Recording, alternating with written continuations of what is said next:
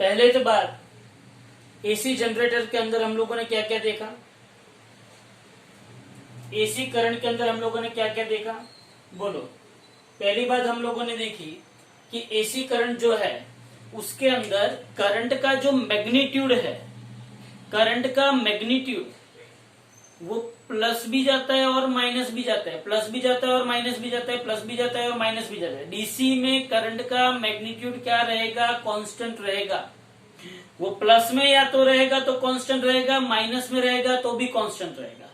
लेकिन एक मतलब पर्टिकुलर सेशन पे वो या तो प्लस में होगा या तो क्या होगा, माइनस में होगा। छोटी छोटी बातें यहाँ पे समझ लेते हैं। पहले तो मैंने जो आगे करवाया वो कि एसी करंट के अंदर मुझे पहले तो क्या समझना पड़ेगा, उसकी एवरेज वैल्यू समझनी पड़ेगी। क्या समझनी पड़ेगी, उसकी एवरेज। मैंने एवरेज वैल्यू आप लोगों को पिछली बार करवाया, पिछली बार मैंने आप लोगों को करवाया, लेकिन उसका मैं आपको एक शॉर्टकट देता हूं, ध्यान से समझना। अगर आपको कोई ऐसा बोले कि साइन ओमेगा टी का एवरेज क्या होगा, तो साइन ओमेगा टी का एवरेज ऑलवेज क्या होता है, 0। अगर आपको कोई ऐसा बोले कि कॉस ओमेगा टी का एवरेज क्या होगा ओवर टाइम पीरियड टी, क्या क्या लिखना है, 0।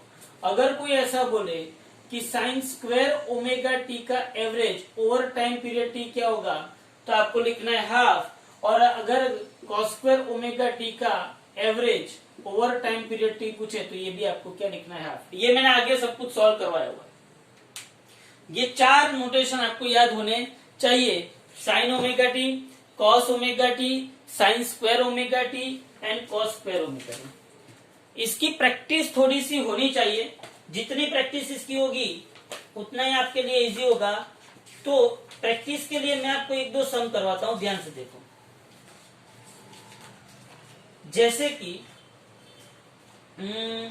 मुझे ऐसा दे दिया है कि आई का वैल्यू, आई मतलब इलेक्ट्रिक करंट अपना, आई का वैल्यू मुझे दे दिया है something I is equal to I naught sine omega T.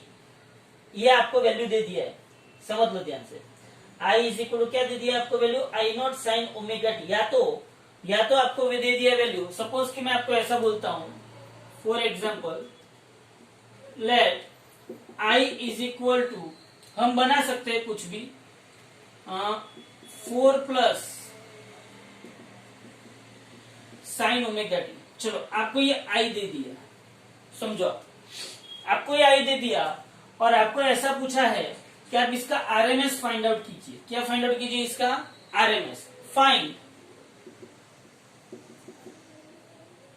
I RMS. सुनो ध्यान से। अब आई आरएमएस कैसे मिलता है, तो आई आरएमएस कैसे मिलता है वो समझने के लिए आई आरएमएस इज इक्वल टू आपके पास होना चाहिए, आई आरएमएस मतलब क्या, आई का पहले स्क्वायर करो, फिर उसका मीन करो, फिर उसका स्क्वायर रूट करो। आई आरएमएस मतलब क्या, आई का पहले स्क्वायर करो, फिर उसका मीन करो और फिर उसका स्क्वायर रूट करो। मुझे इस आई का, ये कोई भी आपको दे सकते हैं फंक्शन, ये आपकी टेक्स्ट बुक में नहीं, लेकिन कोई भी फंक्शन दे सकते हैं। इसका मुझे क्या करना है, क्या करना है, इसका मुझे आरएमएस ढूंढना है, आई का मुझे आरएमएस ढूंढना है। तो मैं कैसे करता हूं, तो I RMS is equal to under root I square, मतलब आई स्क्वायर का मीन, मीन का फिर स्क्वायर, मतलब आई का स्क्वायर, उसका मीन, उसका स्क्वायर। अब देखो यहां पर, क्या मैं इसको ऐसे लिख सकता हूं,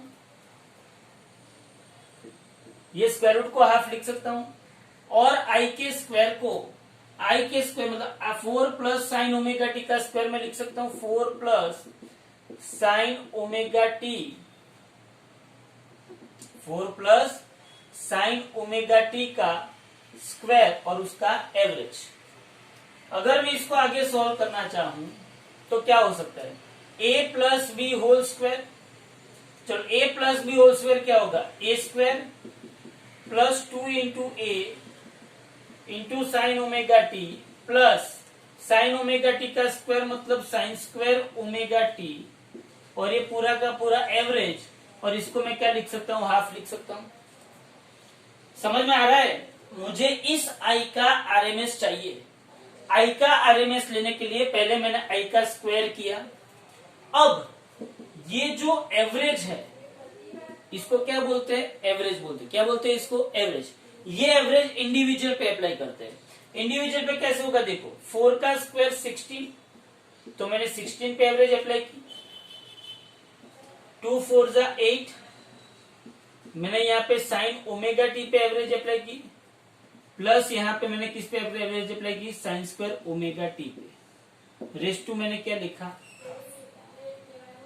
अब सोच, अब मैं यहाँ पे क्या सोच सकता हूं, यहाँ पे 16 कोई भी कांस्टेंट का एवरेज क्या आता है, कांस्टेंट ही आता है, उसमें कोई चेंज होता नहीं है। कांस्टेंट का एवरेज 16 का 16 होगा, 8 का 8 होगा। अब मुझे ये बताओ साइन ओमेगा टी का एवरेज क्या होगा, साइन ओमेगा टी का एवरेज क्या होगा, 0।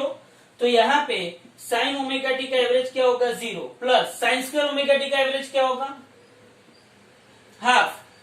हर बार वो इंटीग्रेशन वाली टर्म करने की कोई जरूरत नहीं है, जैसे आपको उसकी, इसीलिए मैंने आगे के 2 वीडियो के अंदर उसकी प्रैक्टिस करवाई है कि वो, ये आपको पता है क्यों 1/2 आ रहा है, ये आपको पता है। बस यहाँ पे ये 1/2 आ गया और फिर उसका क्या आ गया, 1/2। तो यहाँ पे क्या होगा, 16 plus 0 plus 1/2 raise to 1/2। 16 plus 1/2 कितना होगा, जो आता है वो आंसर 16.5 रेस टू 1/2। तो ये आपका क्या आ गया, IRMS आ गया। क्या आ गया आपका ये IRMS। बोलो पता चला कि नहीं चला, किसी को इसमें डाउट है? तो अगर आपको कोई भी करंट दे दिया हो, कोई भी वोल्टेज दे दिया हो, उसका RMS वैल्यू कैसे फाइंड आउट करोगे? RMS वैल्यू फाइंड आउट करने के लिए जो भी करंट या तो जो भी वोल्टेज दिया है उसका पहले स्क्वायर कीजिए, फिर उसका एवरेज लीजिए। एवरेज कांस्टेंट नंबर होगा, कांस्टेंट नंबर का एवरेज एज इट इज आएगा, उसमें कोई चेंज नहीं होगा। आपके पास साइन ओमेगा टी होगा, साइन ओमेगा टी का एवरेज 0 होगा और साइन स्क्वायर ओमेगा टी का एवरेज हाफ होगा। बस इतना आपको याद रखना है। ओके, तो ये सब एवरेज की बातें थी। और आपको ये भी पता होना चाहिए, इसका स्क्रीनशॉट ले लीजिएगा। आपको ये भी पता होना चाहिए कि कोई भी करंट होता है या तो कोई भी वोल्टेज होता है, इसका आई रमेश आपके पास है। आई रमेश क्या है मेरे पास, बोलो I RMS. I RMS is equal to IM/√2 और वी रमेश आपके पास है VM/√2। बस इतना आपको याद रखना है। आई रमेश इज IM/√2 और वी रमेश इज इक्वल टू VM/√2। इतना आपको याद रखना है। बोलो इतना पता चला? इतना पता चला तो आगे बढ़ते हैं। स्क्रीनशॉट ले लिया? चलो आगे बढ़ते। अब यहाँ पे देखो, अब हम थोड़ी से सर्किट के ऊपर जा रहे हैं, धीरे धीरे सर्किट के ऊपर जा रहे हैं, ध्यान से समझना।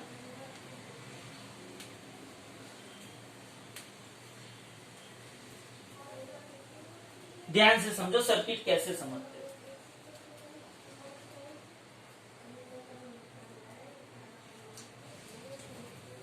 एसी करंट मैंने आगे भी आपको समझाया था, जब एसी करंट कोई भी कंडक्टर में से पास होता है तब 3 प्रकार के रेजिस्टेंसेस क्रिएट होते हैं। एक तो अपना प्योर रेजिस्टेंस जो है वो है तो है ही, दूसरा उसके अंदर इंडक्टिव रिएक्टेंस क्रिएट होता है। क्या क्रिएट होता है उसके अंदर? Inductive reactance. और साथ में तीसरा क्या क्रिएट होता है? Capacitive reactance. 3 चीज होती है। रेजिस्टेंस तो है ही, साथ में इंडक्टिव रिएक्टेंस भी आता है और साथ में कैपेसिटिव रिएक्टेंस भी आता है। लेकिन अभी मैं आपको तीनों चीज साथ में बता रहा नहीं हूं। अभी हम 1 by 1 केसेस लेंगे। लॉट्स ऑफ थियरीज, होलसेल में थियरी है, लेकिन आप लोगों को एक एक करके समझना है। तो पहली मैं सर्किट जो लेता हूं, purely resistive circuit.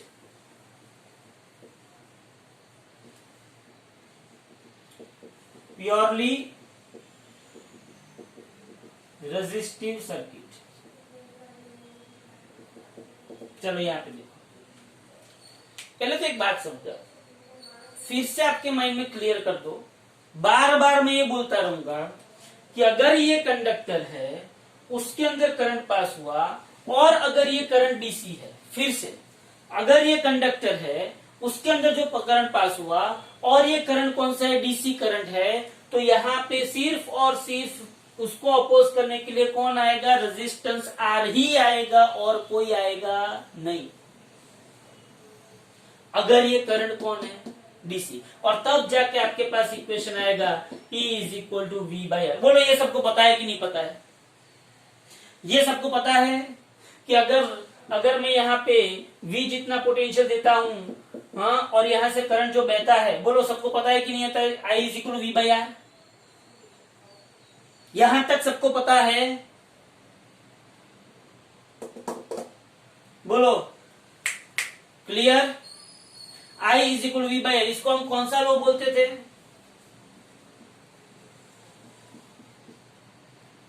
Ohms law. इसको हम कौन सा लॉ बोलते थे? ओम्स लॉ बोलते थे। बोलो इतना पता चला। अब सोच, अब अगर यहाँ पे डीसी करंट पास नहीं हो रहा है, मैं इस बैटरी को, इस वोल्टेज सोर्स को चेंज करके मैं यहाँ पे कौन सा वोल्टेज सोर्स रख रहा हूं, एसी। कौन सा?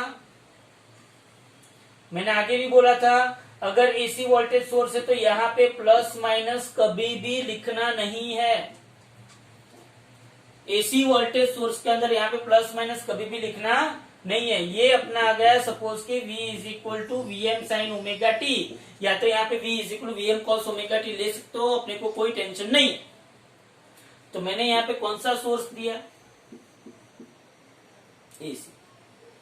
अब जब ये एसी करंट यहां से पास होता है, किसमें से, कंडक्टर में से, किसमें से, कंडक्टर तो वही था वही है, तो कंडक्टर के अंदर सिर्फ आर होता नहीं है, रेजिस्टेंस भी होता है, प्लस इंडक्टिव रिएक्टेंस भी होता है, इंडक्टिव रिएक्टेंस भी होता है, प्लस कैपेसिटिव रिएक्टेंस भी होता है।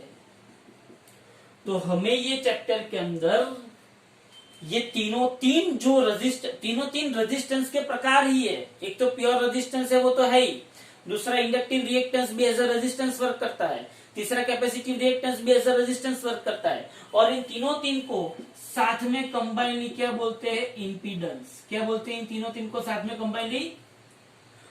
लेकिन अभी मैं ये जो करंट इसके अंदर पास हुआ, और करंट जब पास हुआ तो रेजिस्टेंस खड़ा हुआ, इंडक्टिव रिएक्टेंस खड़ा हुआ, कैपेसिटिव रिएक्टेंस खड़ा हुआ, ये तीन इस रेजिस्टेंस को अपोज करने के लिए आए।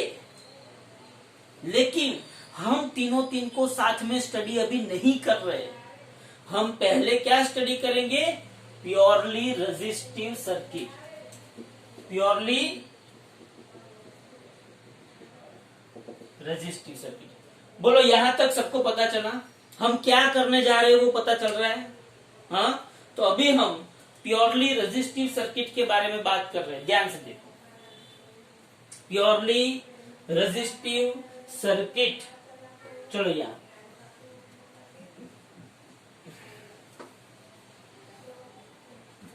जैसे हम प्योरली रेजिस्टिव सर्किट देखेंगे, रेजिस्टिव सर्किट के देखने के बाद हम प्योरली कैपेसिटिव सर्किट भी देखेंगे, और उसके बाद हम प्योरली इंडक्टिव सर्किट भी देखेंगे। तीन सर्किट देखो यहां पे।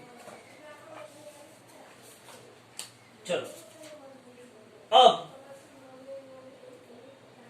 प्योरली रेजिस्टिव सर्किट के अंदर, सर्किट के अंदर सिर्फ और सिर्फ रेजिस्टेंस आर है। कौन है resistance R?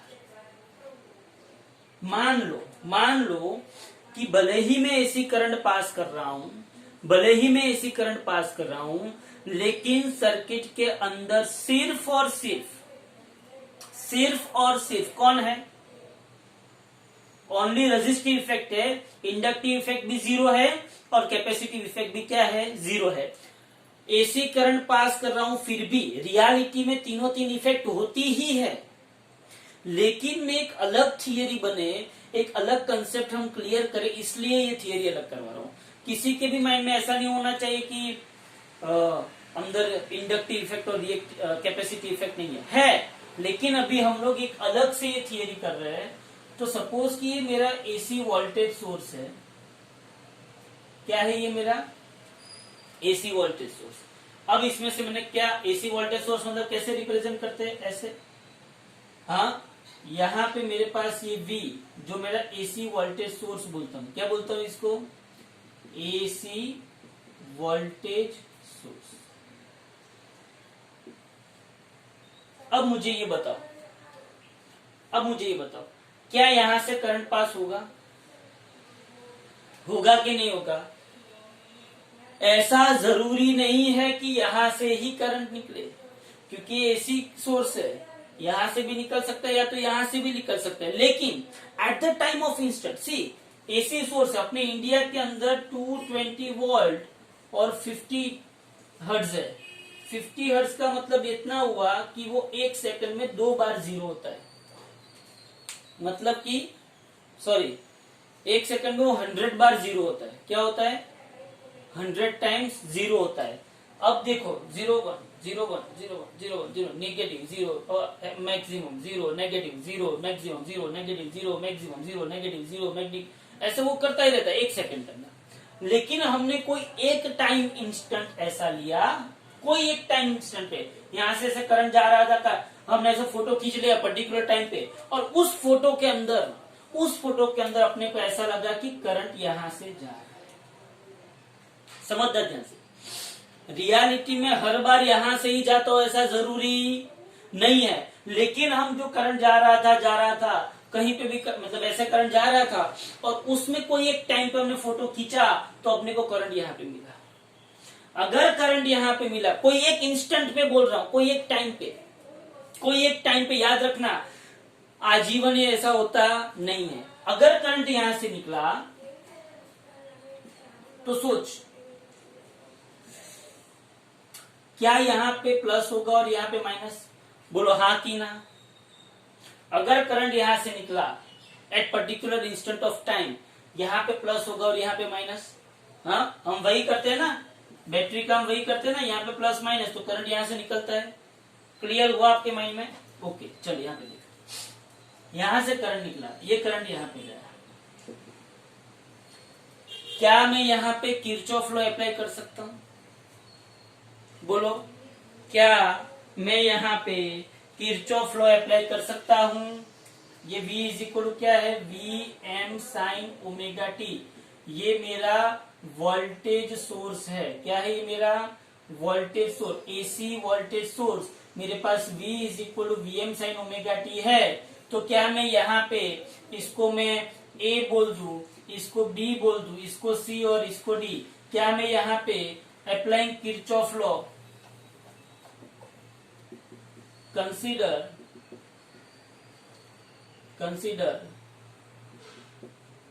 a circuit, AC circuit having, ये सब 2-2 मार्क की थियरी है, ध्यान से देखना, only register. Okay, AC voltage source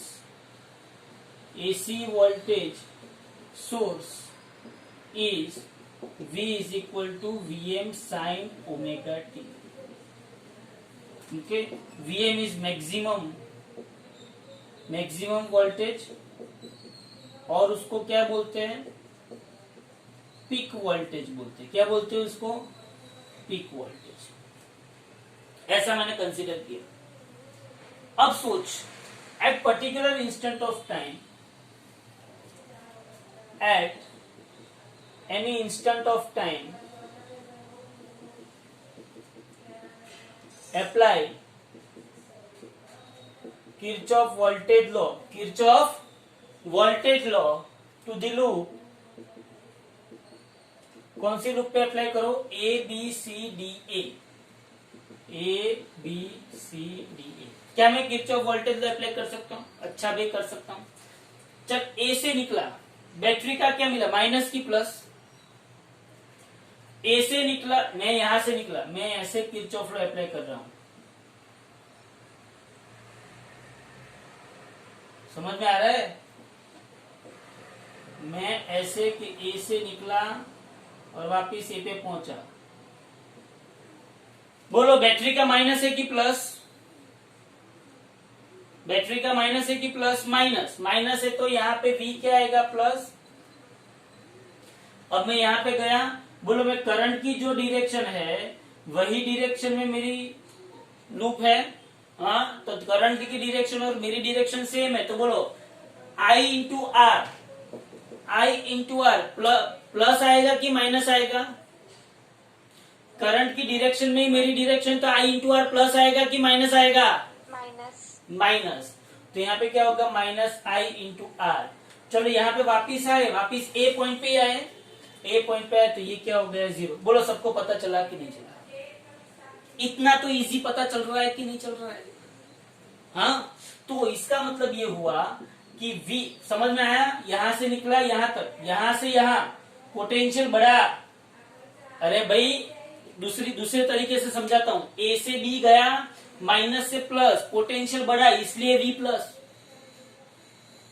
इसलिए V प्लस। और C से D गया, C से D गया, higher potential to lower potential. Current कहां से कहां जाता है? Higher potential to lower potential. तो C से D, बोलो C पे पोटेंशियल ज्यादा होगा कि D पे?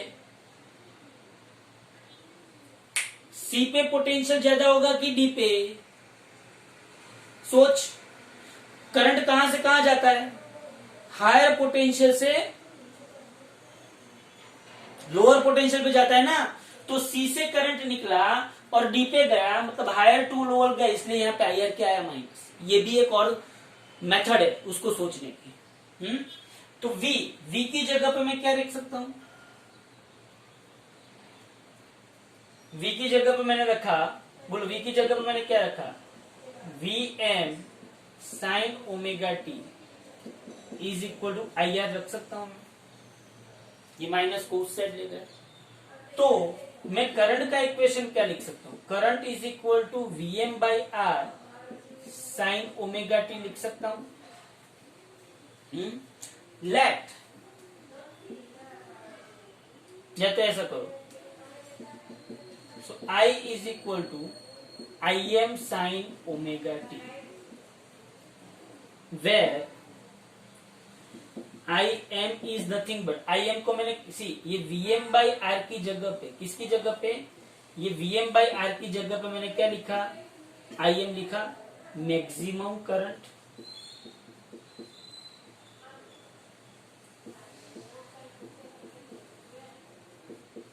या तो क्या होगा? Peak current. अब आप ऐसा बोलोगे कि इसमें हमने किया क्या? कुछ नहीं किया। ये बैटरी की जगह पर मैंने एसी वोल्टेज सोर्स लगा दिया, करंट पास किया। क्या ये सब कुछ आपको पहले जैसा लग रहा है? सिर्फ फर्क क्या है? ये ओम्स लॉ ही है, V minus I R is equal to 0, मतलब V is equal to I R, Ohm's law होती है, ओम्स लॉ ही तो है। सिर्फ मैंने V की जगह पे क्या रखा? Vm साइन ओमेगा टी, और फिर मैंने Vm बाई आर को क्या कह दिया? Im। अब मुझे ये बताओ,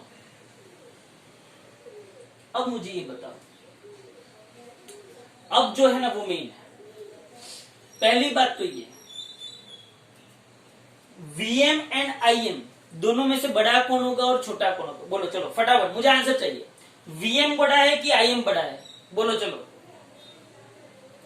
Vm बड़ा होगा कि Im? ये V मैक्सिमम बड़ा होगा कि I मैक्सिमम बड़ा होगा? जवाब दो, चलो जवाब दोगे तो ही पता चलेगा कि Vm बड़ा है कि Im बड़ा है। बोलो चलो।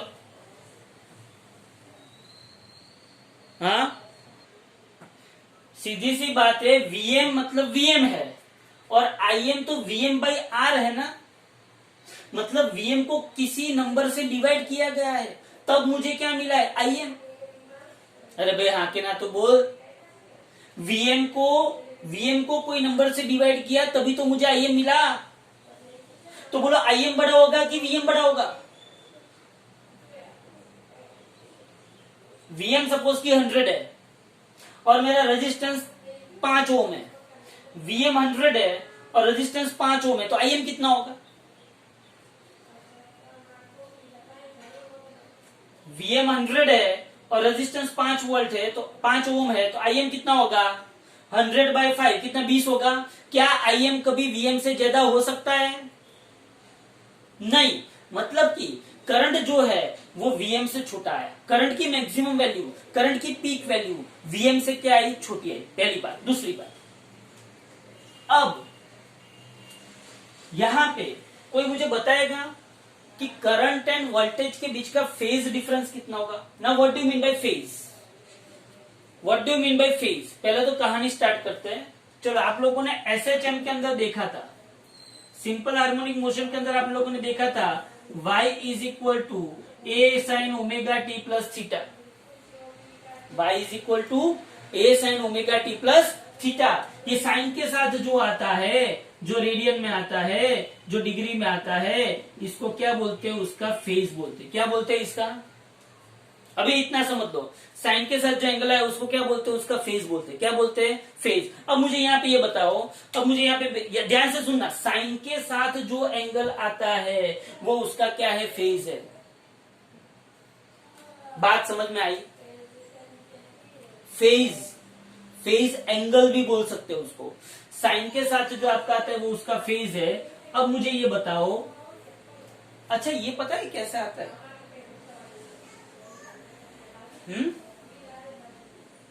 वो भी बाद में समझ, वो आएगा। चलो फेजर में बता देता हूं।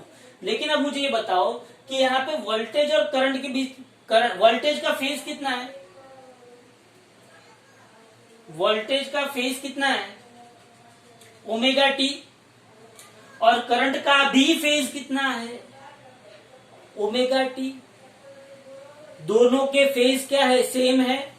अगर दोनों के फेज सेम है, अगर दोनों के फेज सेम है तो दोनों के बीच का फेज डिफरेंस क्या होगा? बोलो, phase difference. Phase difference is nothing but mode of phase angle of voltage minus phase angle of current. चलो, यहां पे वोल्टेज का फेज एंगल क्या है? Omega t. और करंट का भी फेज एंगल क्या है? Omega T. तो बोलो, दोनों के बीच का फेज डिफरेंस क्या आया? जीरो। दोनों के बीच का फेज डिफरेंस क्या आया? जीरो। अब ध्यान से सुनना, मुझे v equal to V M sine omega t और i is equal to I M sine omega t का ग्राफ प्लॉट करना है। यहाँ पे दोनों के बीच का फेज डिफरेंस जीरो आया, that is both current and voltage are in same phase. कैसे फेज में है? सेम फेज में है। मतलब कि अगर मैं इसका ग्राफ प्लॉट करता हूं, क्या प्लॉट करता हूं? अगर मैं इसका ग्राफ, तो देखना ग्राफ कैसे प्लॉट होता है। देखना, अगर मैं इसका ग्राफ प्लॉट करता हूं, ग्राफ किसके वर्सेस किसका प्लॉट करूंगा? बोलो, ग्राफ किसके वर्सेस किसका प्लॉट करूंगा? v वर्सेस ओमेगा टी का अगर मैं ग्राफ प्लॉट करता हूं, किसका? ध्यान से देखना, graph v versus omega t का मैं ग्राफ प्लॉट कर रहा हूं। किसका ग्राफ प्लॉट कर रहा हूं? v वर्सेस ओमेगा टी का। अब सुन, यहां पे क्या आएगा? vm। और यहां पे क्या आएगा? नीचे माइनस vm।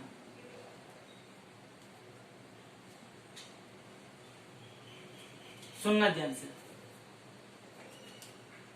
अच्छा, साइन जीरो क्या होगा? जीरो। साइन जीरो जीरो होगा कि नहीं होगा? बोलो, साइन जीरो जीरो होगा कि नहीं होगा? फिर साइन पाई बाई टू क्या होगा? साइन पाई बाई टू 1 होगा। साइन पाई क्या होगा? वापिस जीरो होगा। साइन 3 पाई बाई टू क्या होगा? -1 होगा। और साइन 2 पाई क्या होगा? जीरो। बोलो, ये सबको पता है कि नहीं पता है? साइन का आपको पता है कि साइन जीरो जीरो होता है। मतलब कि साइन जीरो अगर आप ये ओमेगा टी अगर आप जीरो रखोगे, ओमेगा टी अगर आप जीरो रखोगे तो v जीरो आएगा। मतलब आपको पॉइंट यहां पे मिला। ओमेगा टी अगर आप पाई बाई टू रखोगे तो बोलो, साइन पाई बाई टू क्या होगा? 1। ये ओमेगा टी अगर आप पाई बाई टू रखोगे तो साइन पाई बाई टू क्या होगा? 1। साइन पाई बाई टू अगर 1 होगा तो v इज इक्वल क्या आएगा? vm। तो मुझे मैक्सिमम वैल्यू मिली।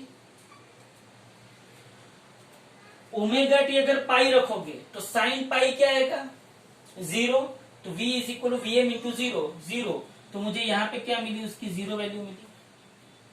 ओमेगा टी अगर 3 पाई बाई टू रखोगे तो साइन 3 पाई बाई टू क्या आएगा? -1। तो v इज इक्वल -vm। तो आपको यहाँ पे इसकी वैल्यू क्या मिली? -vm मिली। अगर omega T is equal to pi रखोगे तो साइन 2 पाई क्या होगा 0, तो v इज इक्वल टू क्या होगा 0, तो आपको ये वैल्यू मिली। इसका मतलब ये हुआ कि आपके पास जो वोल्टेज है, जो वोल्टेज का आपने सप्लाई दिया है वो ऐसे जा रहा है। बोलो इसमें किसी को डाउट है? हमने जो वोल्टेज का सप्लाई दिया वो ऐसे जा रहा है। क्लियर? अब सुन, जैसे मैंने यहाँ पे v का ग्राफ बनाया वैसे मैं किसका ग्राफ बनाता हूं, I का। ध्यान से सुनना कैसे। I वर्सेस ओमेगा टी का अगर मैं ग्राफ प्लॉट कर रहा हूं, अब बोल Im जो है वो Vm जितना है कि उससे छोटा है? Im Vm जितना है कि उससे छोटा है? बोलो Im Vm जितना है कि उससे छोटा है? छोटा। तो मैं यहाँ पे कुछ नीचे मैं यहाँ पे Im लिख सकता हूं। Im अगर ये पॉजिटिव Im है तो यहाँ पे क्या होगा, बोलो I is equal to I M sine omega t. चलो यहां पे देखो, ये आया मेरे पास Vm, ये मेरे पास आया Im, तो यहां पे नीचे क्या होगा, माइनस Im होगा, तो ये Im का ग्राफ होगा। चलो अब मेरी बात सुनो, I is equal to I M sine omega t. अब मुझे ये बताओ, अगर मैं ओमेगा टी 0 लेता हूं तो बोलो साइन 0, तो आई भी 0 आ जाएगा। तो यहाँ पे भी इसमें क्या आया, आई 0 आया। अगर मैं ओमेगा टी पाई बाय 2 लेता हूं तो साइन पाई बाय 2 1, तो I is equal to I M आएगा। तो यहाँ पे भी सॉरी, अब सुनना ध्यान से। अब आपको यहाँ पे आई एम मिलेगा। हाँ, अब मैं अगर अगर मैं ओमेगा टी पाई लेता हूं तो ओमेगा टी पाई तो साइन पाई 0, तो आई इज इक्वल टू 0, मतलब मुझे आई एम कहां पे मिला, यहाँ पे मिला। आई की वैल्यू मुझे यहाँ पे मिली। अब मैं ओमेगा टी 3 पाई बाय 2 लेता हूँ तो साइन 3 पाई बाय 2 माइनस 1, तो I is equal to minus I M. Minus I M मुझे मतलब मुझे यहाँ पे पॉइंट मिलेगा। अगर मैं omega T is equal to 2 pi लेता हूँ तो साइन 2 पाई 0, तो वापिस मुझे कहां पे पॉइंट मिला, यहाँ पे। तो देखो आई का ग्राफ कैसा है।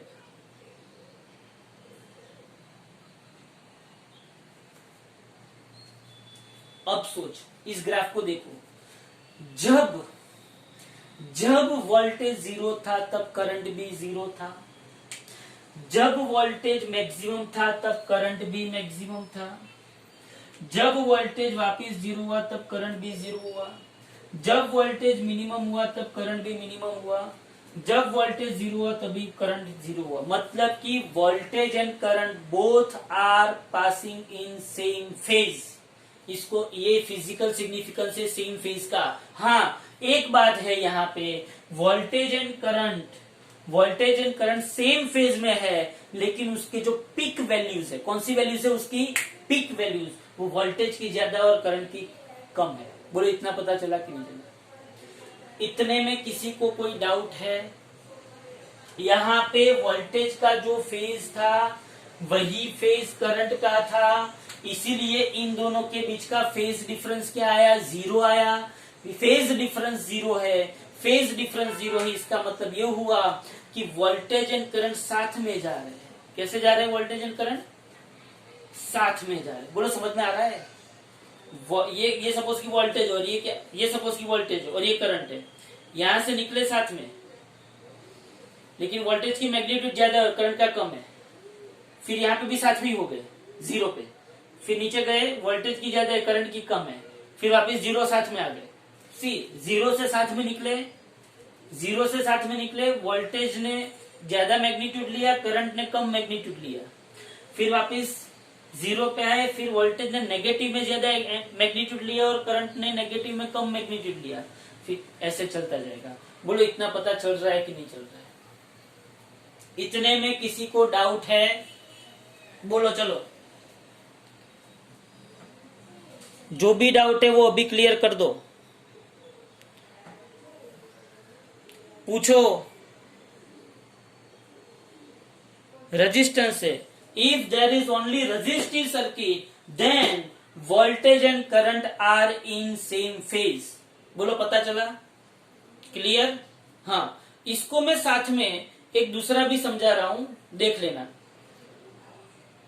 चलो वो फेजर का डायग्राम बाद में समझाते हैं, लेकिन इतना पता चला फेजर डायग्राम हम बाद में समझेंगे। लेकिन ये थियरी 2 मार्क की है, 2 मार्क की ये थियरी कंपलसरी आएगी। ओके, तो ये आपको करना है, बराबर है। तो आज के लिए इतना रखते हैं, सिर्फ एक ही थियरी हुई, लेकिन आपको ये कंपलसरी आनी चाहिए।